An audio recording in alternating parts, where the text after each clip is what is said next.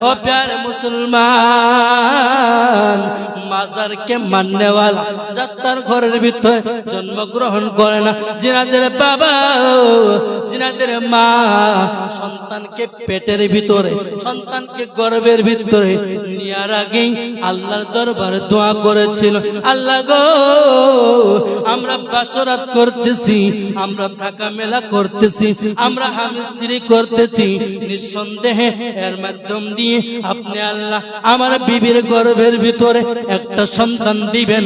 আল্লাহ গো ওই সন্তানকে নেক সন্তান বানিয়েন। এই দোয়া যদি করেন ওই সন্তানগুলো কোরআন হাদিসকে মাননেওয়ালা হয়, ওই সন্তানগুলো মসজিদ মাজার আউলিয়াকে মাননেওয়ালা হয়। জবান খুলে বলি না সুবহানাল্লাহ। আমরা কিন্তু পড়ি না, অনেকে বিসমিল্লাহ পড়ি না। কথা বলেন ঠিক কি না? না ভুল বললাম?